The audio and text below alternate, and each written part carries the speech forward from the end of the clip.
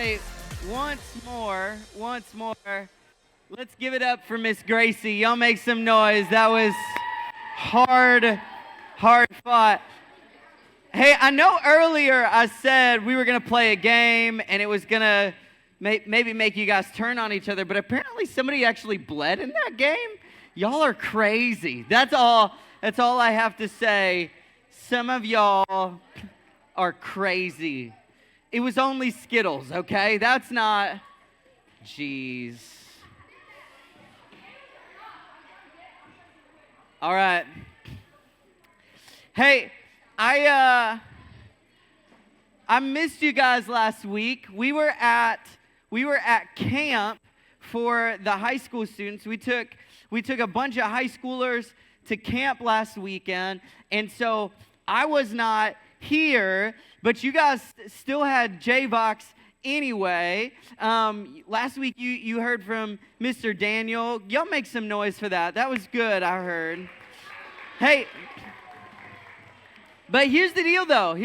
There was a bunch of your J-Vox leaders who were not here because they were taking students to camp. Imagine what would have happened if you had come last Sunday and you had walked up to J-Vox and you walked up to the door and you threw it open and it was pitch black.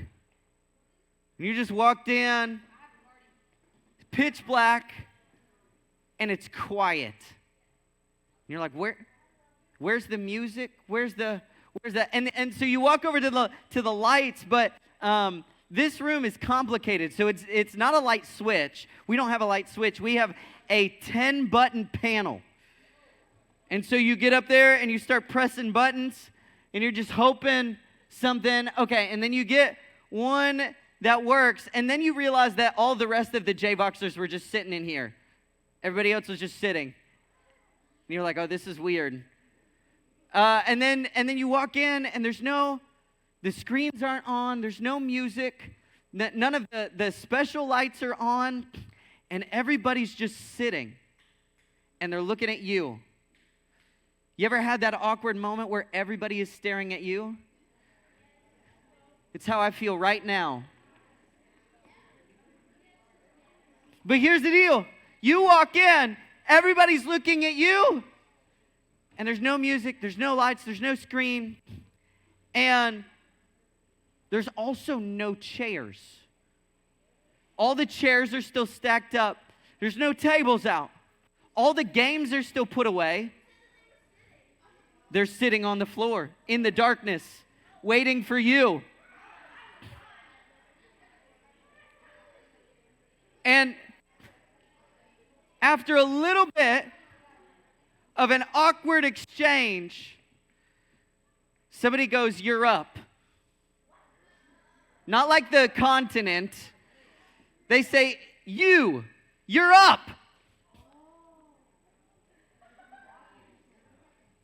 And you say, wait, what are you talking about?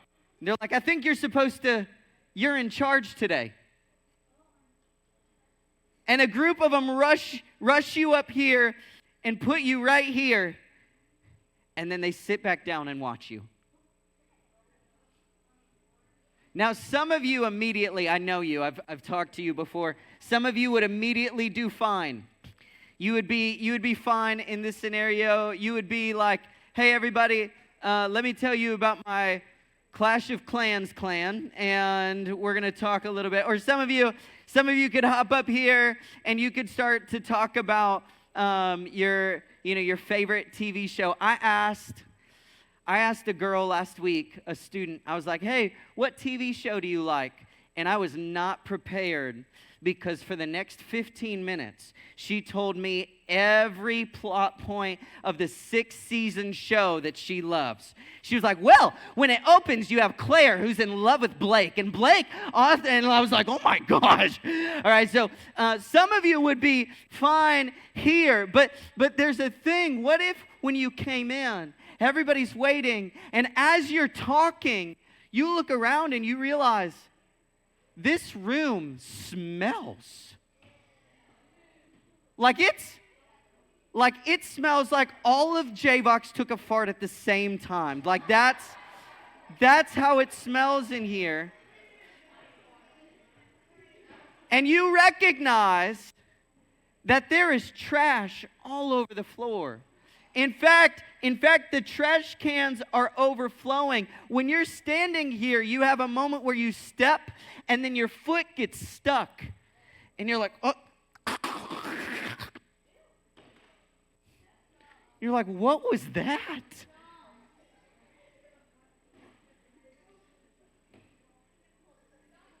So it smells, it stinks, there's trash overflowing, there's no chairs, no lights, no music. Nobody is prepared to speak. Oh, and guess what?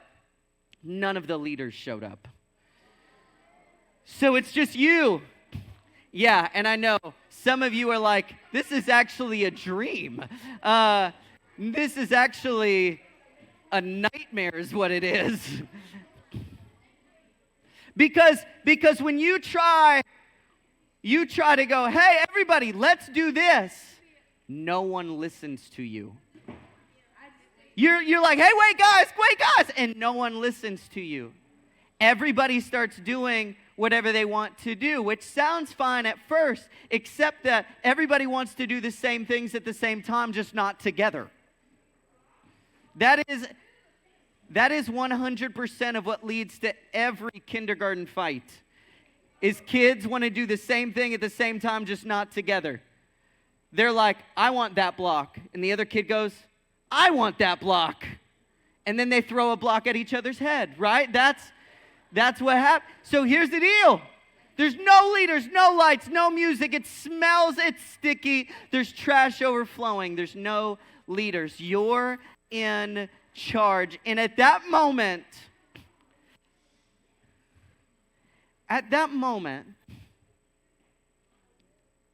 I think we begin, if we're actually in this, we begin to see how important it is that people serve. How important it is that we have people who take care of the different things, that we have somebody who serves and cleans up the trash. We have somebody who serves and mops up the whatever sticky substance y'all left on the stage. We have somebody who is in charge of speaking, somebody who's in charge of leading our group, somebody who's in charge of turning on lights, somebody who's in charge of setting out chairs and tables, and somebody who's in charge of playing music, and someone who's in charge of all of these things. Isn't it good when we have all of these people who are serving to make JVOX happen? And so when you came in last Sunday, you didn't have to go, okay, what's my message this morning and how do I turn it? Because everything was done for you. Because there's a group of people here who want to serve you. But guess what? The Bible calls each of us to serve. And so this morning, we're going to talk a little bit about our roles in serving, what that means, what it looks like. But before we go any further, we're going to talk in our tag groups with a few questions, and then we will be back.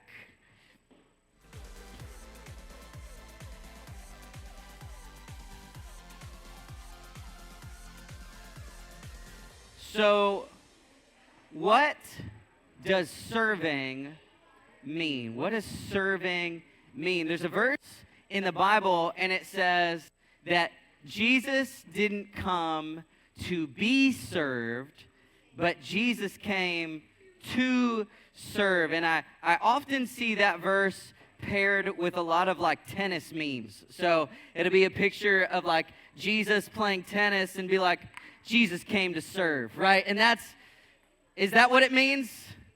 Probably not. All right.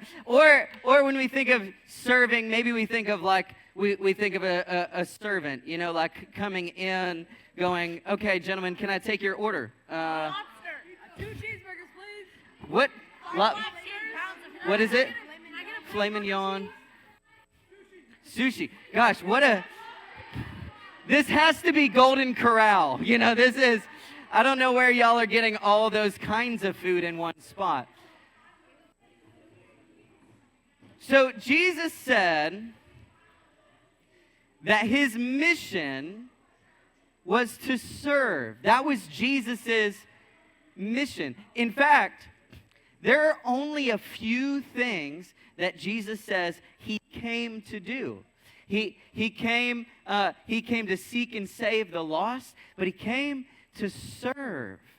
And so it's really important that we understand what it means to serve, because we are supposed to be like Jesus. That's what we're trying to do. We're trying to be like Jesus. Jesus is our leader. We are his followers. And so if Jesus came to serve, we need to understand what serving is. Now, I'm going to say something that might be offensive, but it's really important. So we need to understand, first of all, that serving is doing work for other people.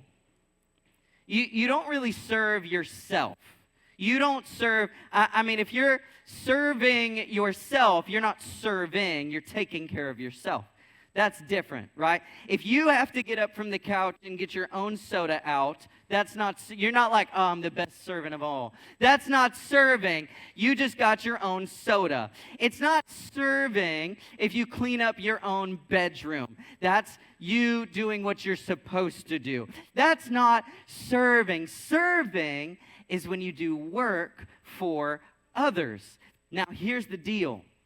Some of us immediately hate the word work because work does not sound lovely. Like you have never been like, gosh, this is so much fun, it reminds me of homework. You have never been playing a sport and been like, this game is going so great, it reminds me of my chores. You have never said anything close to that, right? Because in our minds, work is the thing that we're trying to avoid, right? We're trying to snake our way out of work, but serving is work. It's doing work for someone else. But here's the deal. Work is actually wonderful. It's a good thing. It's actually said no one ever. Exactly. That's our mindset. But let me explain something. In Genesis chapter 1 of the Bible, we have Adam and Eve, and God places them in the garden. And when he does this, when God's creating all of these things, he says something at the end of every single day. Anybody know what God says at the end of every day? It was good. At the end of every day, God makes something and he goes, it's good. This is good. This is awesome. God's not being sarcastic, just so you know. It's not like, oh, that's good. No, he's like, this is really good. And he makes everything, but here's what he says when he goes to make people.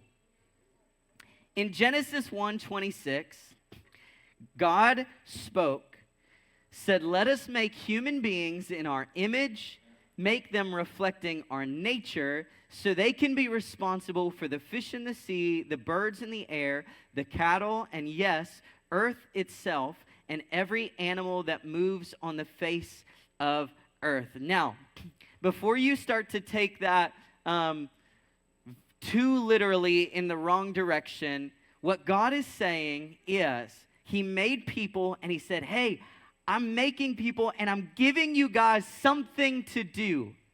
I'm giving you something to enjoy. I'm giving you jobs, work. I'm giving you responsibility. I'm putting you in charge of the cattle and the fish and the birds, and some middle school boy in his head right now is going, okay, so that means that I should be king of the fish. Well, not exactly.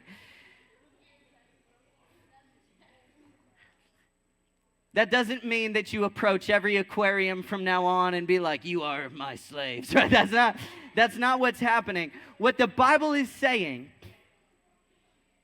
is that when God created us, he created us with something to do, and he said, this is good. And then He did all of this. Adam and Eve, believe it or not, Adam and Eve had jobs before sin entered the world, which means that when God gave them responsibility, it was a good thing. It wasn't a bad thing. Most of us are like, oh my goodness, I hate doing this work stuff. But the Bible has a whole different view of work, and it says work, this is actually like a really good thing. And here's why. Because work helps give us purpose. When we get to do something, it helps us enjoy. Like, how many of you have ever turned in an assignment, and when you got the good grade back, you felt good? You got an A sliding back across that desk, and you were like, that's right, I got an A. Or you did something, you did something in your home, and you had your parent come in and go, hey, nice job. And you went, yeah, that's right, it's a nice job.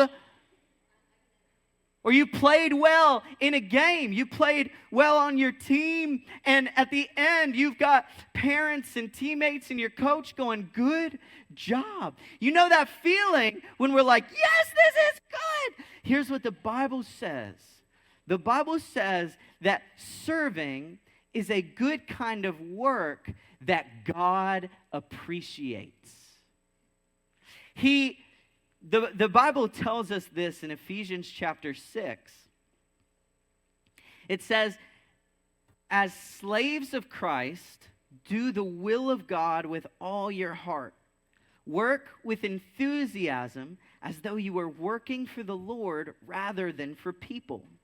Remember that the Lord will reward each one of us for the good we do, whether we are slaves or free. Here's what it says.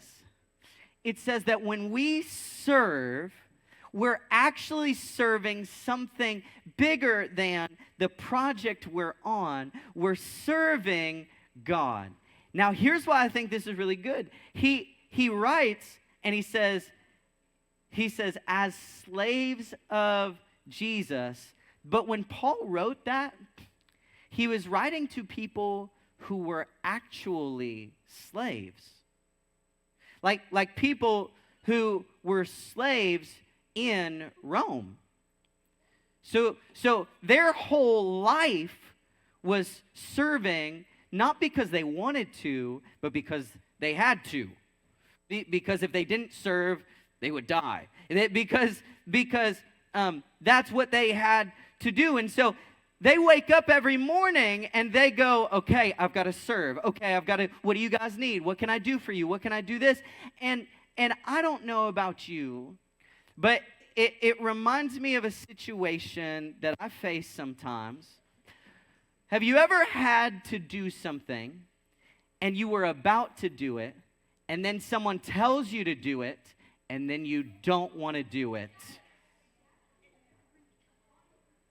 You're walking to take out the trash, and then you hear a voice go, I need you to take out the trash. And immediately you go, I will never take out this trash. I was going to do it. Now I'm not. Somebody said it. Yeah. Do you know what's crazy? There's something in us that feels cheapened by that. It felt better when it was my idea to take out the trash. But now that it's somebody else's idea, it doesn't feel as cool. And you know what's interesting is that Paul talks to people who every moment of every day probably felt like they had to listen, they had to obey, they had to do whatever their master said. It probably doesn't feel exciting because everything is forced. And Paul says, but listen, when you serve others, you're not just serving them, you're serving God.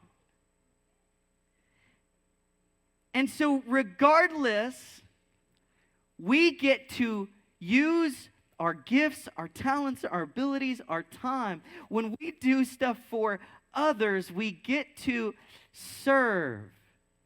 And God sees it. And it's a kind of work that He likes, that He's excited about, that He's proud of us for. And I think ultimately, I want my life to make God proud. And when we serve, we make God proud. You can serve anywhere. You can serve like on a team here. And some of you do. Some of you help in Kid Life, or you help run JVOX Tech, or you do different things like that. Some of you serve, and you serve like on a team. But you can also serve at home.